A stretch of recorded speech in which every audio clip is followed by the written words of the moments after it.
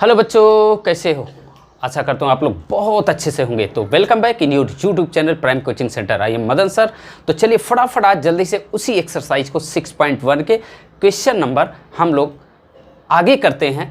कहाँ से? Question number 17 से आगे की तरफ। जी हाँ, इसके पहले मैंने 2-3 वीडियो बना चुका हूँ। अगर आप लोगों ने नहीं देखा तो डिस्क्रिप्शन में देख लीजिए या आई बटन से देख लीजिए या प्लेलिस्ट में जाकर चेक कर लीजिए। तो चलिए स्टार्ट करते हैं आज क्वेश्चन नंबर 70 से। तो let us start question number 17।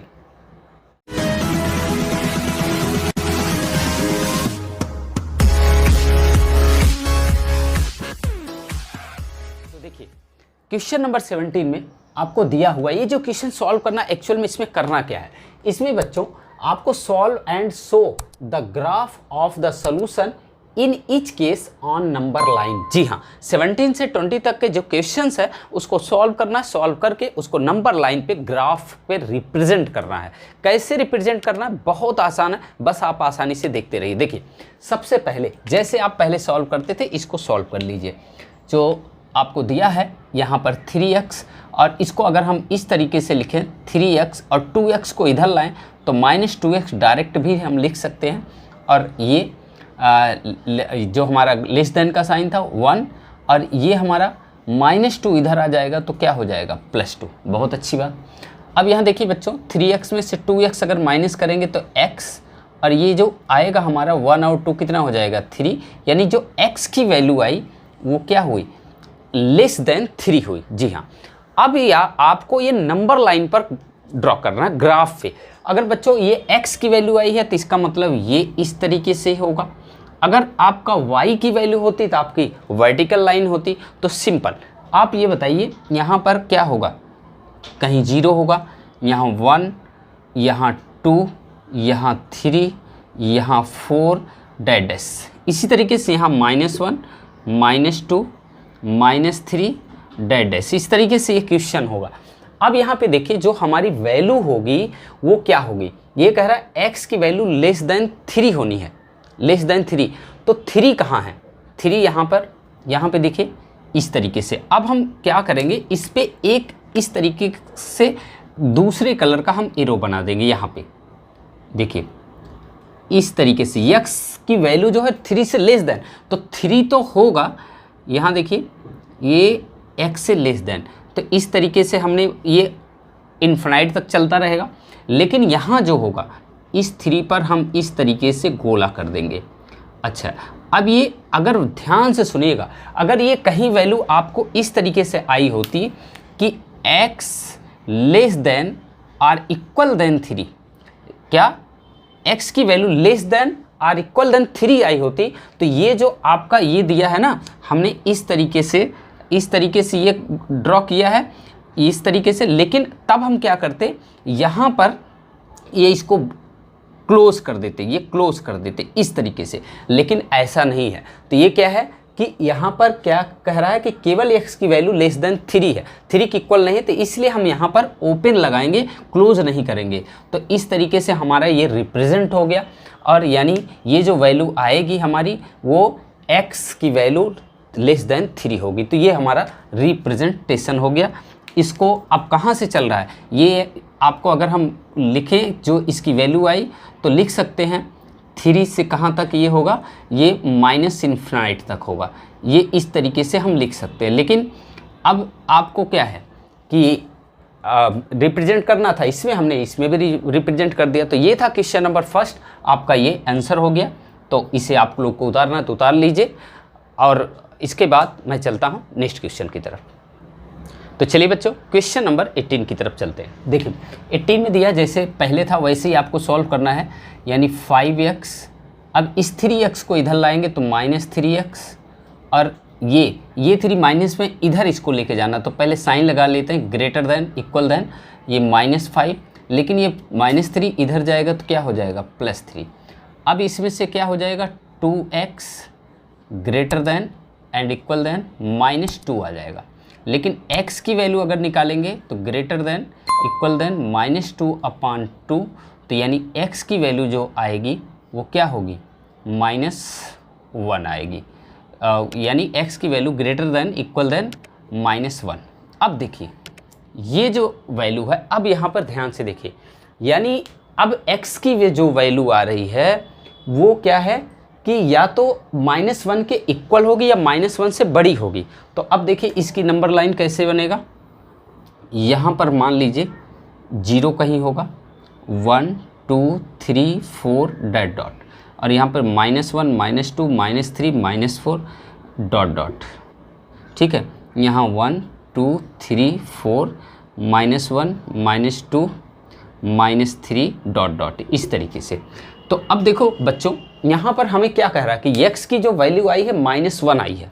x की वैल्यू -1 देखो कहाँ है, लेकिन ये x की जो वैल्यू है या तो 1 के इक्वल है या तो -1 से बड़ी है, या तो -1 के इक्वल है या -1 से बड़ी है। तब इसका मतलब -1 कहाँ है, यहाँ पर। तो अब -1 से बड़ी जो वैल्यू होती है उधर आती है। तो इसका मतलब सबसे पहले तो हम इस तरीके से एरो बनाएंगे, इस तरीके से हम एरो बना लेंगे, इस तरीके से। और यहाँ पर हम गोला खींचेंगे, लेकिन इसे क्लोज ब्रैकेट्स करेंगे। क्यों? क्योंकि ये जो है x की वैल्यू क्या है, -1 के इक्वल है, इसलिए हमने यहाँ क्लोज्ड ब्रैकेट्स लगा दिए, ठीक है। अब यहाँ पर यानी अब जो वैल्यू आएगी हमारी वो क्या होगी, वो -1 से क्या होगा, -1 से लेकर +∞ तक। और लेकिन यहाँ पर जो वैल्यू होगी वो क्या होगी, क्लोज होगी। क्या होगी, क्लोज होगी, क्योंकि -1 से वैल्यू बड़ी आ रही। तो ये हमारा फाइनल आंसर है। तो चलिए इसे नोट डाउन कर लीजिए, ओके। तो चलिए बच्चों, क्वेश्चन नंबर हम लोग चलते हैं 19 की तरफ। 19 भी बहुत आसान है। तो सबसे पहले इसका मल्टीप्लाई कर दीजिए, 3 - 3x < 2x + 8, ठीक है। अब इसके बाद -3x, और ये 2x इधर आएगा तो -2x, और +8 यहाँ रहने दीजिए, ये 3 इधर आ जाएगा तो -3 आ जाएगा। अब देखो क्या होगा, -5x और ये क्या हो जाएगा, 5 होगा, है ना, 5 होगा। अब दोनों तरफ अगर माइनस से हम -5 से डिवाइड कर देते हैं तो क्या होगा, ये साइन चेंज हो जाएगा। चलिए करके हम देखते हैं। -5 से अगर हम डिवाइड करते हैं तो ये साइन क्या होगा, रिवर्स हो जाएगा, 5/-5। क्यों? क्योंकि हम -5 से डिवाइड कर रहे हैं, इसलिए साइन रिवर्स हो जाएगा, ये लेस देन का ग्रेटर देन हो जाएगा। तो ये क्या हो जाएगा, x > -1। अब देखो इसकी जो वैल्यू आई वो क्या है, x > -1 आई। जी हाँ, x > -1 आई। तो अब इसको फिर से आप वही ग्राफ एक ड्रॉ करिए। x की वैल्यू है इसलिए हम इस तरीके से करेंगे, यहाँ 0 1 2 3 1 2 3 डॉट डॉट कर लीजिए, यहाँ -1 -2 और यहाँ डॉट डॉट कर लीजिए, कोई प्रॉब्लम नहीं। लेकिन x की जो वैल्यू है, देखो रिप्रेजेंट करना ऑन द ग्राफ, x की वैल्यू जो है -1 से ग्रेटर होनी चाहिए। अब -1 से ग्रेटर किधर होगी, -1 से ग्रेटर होनी चाहिए। तो -1 किधर है, ध्यान से देखिए, -1 यहाँ है, तो इसका मतलब -1 यहाँ लिखिए, ग्रेटर तो इधर की तरफ चलेंगे ना। तो इस तरीके से हम एक ग्राफ खींचेंगे, और लेकिन ये क्लोज ब्रैकेट्स यहाँ नहीं लगाएंगे क्योंकि ये इक्वल नहीं है, इक्वल नहीं, इसलिए हम इस तरीके से यहाँ पर हम लगा सकते हैं। यहाँ लिख सकते हैं क्या, कि यहाँ पे लिख सकते हैं कि x > -1, इस तरीके से हम इसकी वैल्यू लिख सकते हैं। तो ये थी हमारी बच्चों क्वेश्चन नंबर 19। अगर आपको कोई प्रॉब्लम हो तो फिर से कमेंट्स बॉक्स में आप लोग बता सकते हैं, नहीं तो अगर आप लोग नए हैं तो चैनल को सब्सक्राइब कर लीजिए, ताकि जब भी मैं रिकॉर्डेड वीडियो अपलोड करूं या आपको लाइव क्लास लूं तो तुरंत नोटिफिकेशन पहुंच जाए। और नए हैं तो चैनल को सब्सक्राइब कर लीजिए। तो चलिए चलते हैं नेक्स्ट क्वेश्चन की तरफ। चलिए बच्चों, हमारा क्वेश्चन नंबर 20 में देखिए क्या दिया हुआ है, इसको भी हम लोग आसानी से सॉल्व कर सकते हैं। तो सबसे पहले इसको हम इस तरीके से लिखेंगे, x/2 > इसका एलसीएम ले लेते हैं। एलसीएम लेंगे तो कितना हो जाएगा, 15। अब यहाँ पर 3 से 5, तो 5 जब मैं मल्टीप्लाई भी कर दे रहा हूँ, 25x - 10। अब माइनस, ये ब्रैकेट्स लगा दो, तो 3 7 = 21x -3 3 = 9, ये था। लेकिन बच्चों यहाँ देखो, हमने इसका ब्रैकेट्स ओपन कर दिया, इसका भी अगर ओपन हम कर देंगे तो अंदर का साइन चेंज हो जाएगा। तो चलिए कर देते हैं, यहाँ तो माइनस होगा और यहाँ क्या हो जाएगा, माइनस माइनस प्लस हो जाएगा। अब इसको थोड़ा सा सॉल्व कर लेते हैं। ये x/2 ग्रेटर देन, अब देखो 15, यहाँ पे क्या होगा 25x, यहाँ पे 21x, तो क्या होगा 4x, -10 + 9 तो क्या हो जाएगा -1। क्रॉस मल्टीप्लाई कर देते हैं। अब इसको क्रॉस मल्टीप्लाई करते हैं तो 15 का x में होगा तो क्या होगा 15x ग्रेटर देन 2 4 जा 8x -2। अब सब एक x वालों के एक तरफ कर लेते हैं। 15x - 8x ग्रेटर देन -2 कितना आएगा 7x ग्रेटर देन -2। x की वैल्यू अगर हम निकालें तो -2/7। अगर हम इसकी वैल्यू देखें तो ये क्या है कि लगभग ये 1 से कम होगी, 1 से कम होगी। -2/7 मान लीजिए कितना आएगा, 7 से डिवाइड कर दीजिए 2 में, तो पॉइंट बढ़ा के डेसिमल ले जाएंगे तो कितना हो जाएगा 7 2 जा 14, लगभग माइनस में 0.2 होगा, लगभग 0.2 यानी 1 से कम होगा माइनस में। ठीक है, अब देखो बच्चों इसको अब अगर हम नंबर लाइन पे करें तो यानी x की वैल्यू चाहे इसको आप ले लीजिए चाहे इसको आप ले लीजिए, कोई प्रॉब्लम नहीं है, माइनस में है, ये ध्यान रखना है, यानी ग्रेटर देन -0.2 या -7/2। तो एक नंबर लाइन ड्रॉ कीजिए, यहाँ पर कहीं 0 होगा, 1 2 3 1 2 3, यहाँ पर -1 -2, ये डैश यहाँ की तरफ। अब जो x की वैल्यू आई ग्रेटर देन -2/7 आई। बच्चों अब देखो ज़रा, ये जो -2/7 कहाँ पे आएगी, ये कहीं 0 और -1 के बीच में आएगी। क्यों? क्योंकि ये x की वैल्यू -1/2 से भी कम है ना, तो इसका मतलब ये कहीं इसमें बीच में आएगी, यहाँ पर यही लगभग मान लेते हैं। तो लेकिन अब x की वैल्यू क्या है, ग्रेटर देन -2/7, ग्रेटर देन है, तो इसका मतलब हम यहाँ पर ग्रेटर देन तो इधर चलेगा पॉजिटिव की तरफ, यानी इस तरीके से हमारी वैल्यू चलेगी यहाँ पर, थोड़ा सा देखो इस तरफ, लेकिन यहाँ पर हम गोला करेंगे तो ये क्या होगा, जो सर्कल होगा वो ओपन होगा, क्लोज नहीं होगा। क्यों? क्योंकि इक्वल नहीं है, केवल क्या है क्लोज है, ओपन रहेगा, क्योंकि ये इक्वल नहीं, इसलिए क्या होगा यहाँ ओपन हम लगाएंगे, इस तरीके से हमारा ये ग्राफ पर होगा। तो ये था बच्चों क्वेश्चन नंबर 20। अगर आपको समझ में आया तो जल्दी से कमेंट्स कर दीजिए, और चलिए तो चलते हैं नेक्स्ट क्वेश्चन की तरफ।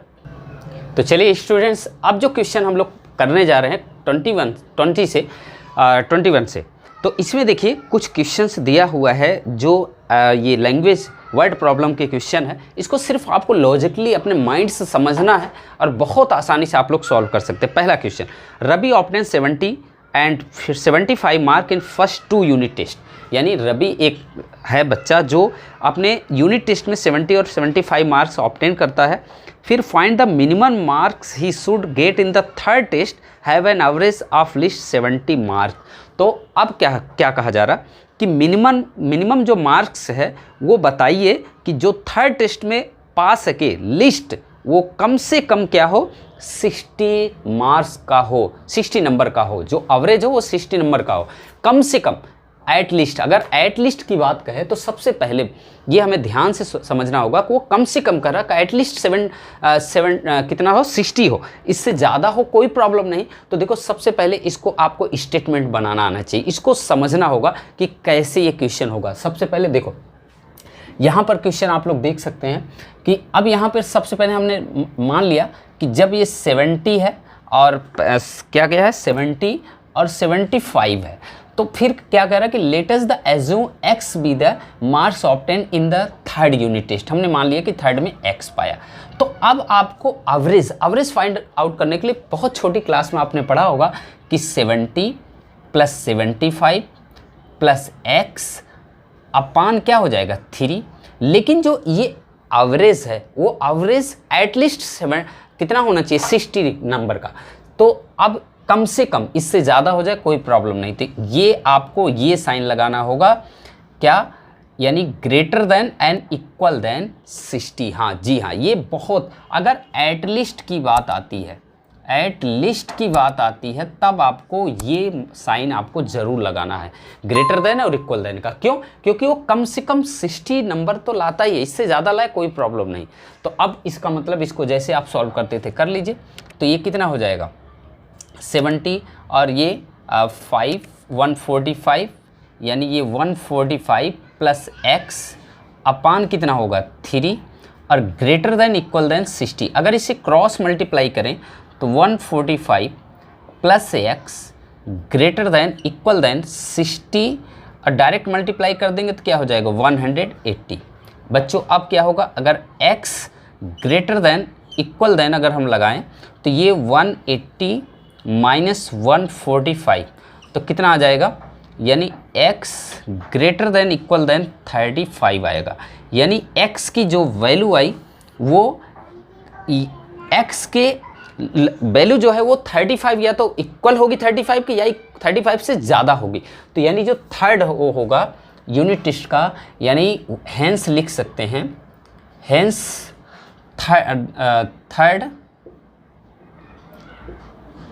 Third number of unit test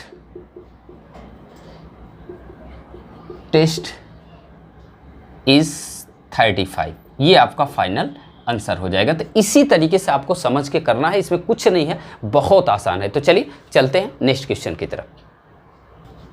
तो चलिए बच्चों क्वेश्चन नंबर हम लोग चलते हैं 22। देखिए 22 क्वेश्चन में क्या दिया है, ये भी बहुत आसान, बस आपको समझना है।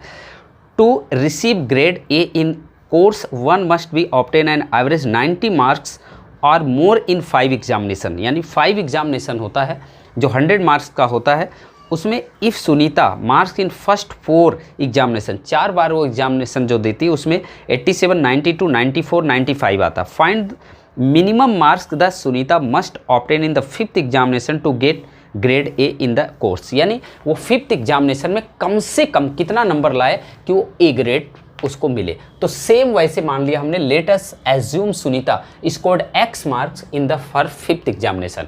तो अब देखो इसमें दिया क्या है, जो आपके मार्क्स हैं वो कौन कौन से हैं वो देख लो।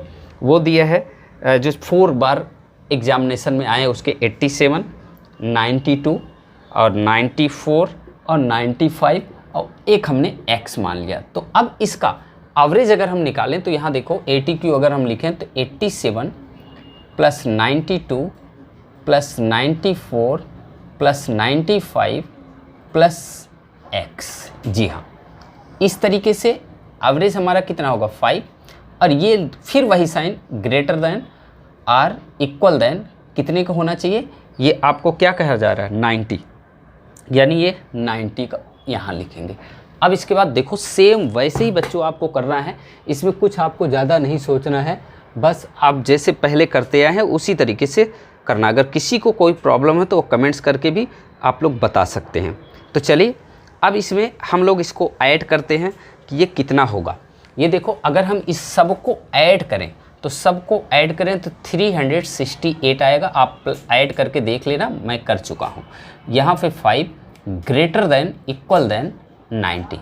अब इसको अगर हम क्रॉस मल्टीप्लाई करें तो 368 प्लस x और ग्रेटर देन इक्वल देन ये 450 हो जाएगा। जी हाँ, अब इसको अगर हम x लिखें तो ग्रेटर देन इक्वल देन ये इधर जाएगा तो 450 minus 368।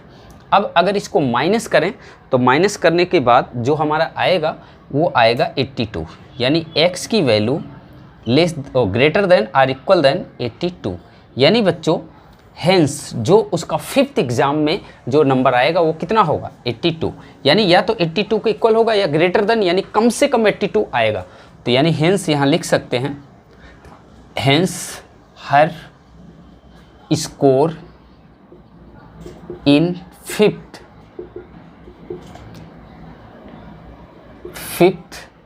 Exam, her score in 5th examination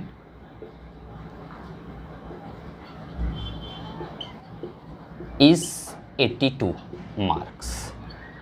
ये आपका आंसर हो गया। तो फटाफट स्टूडेंट से नोट डाउन कर लीजिए, कोई भी प्रॉब्लम हो तो आप मुझे बता दीजिए। ओके,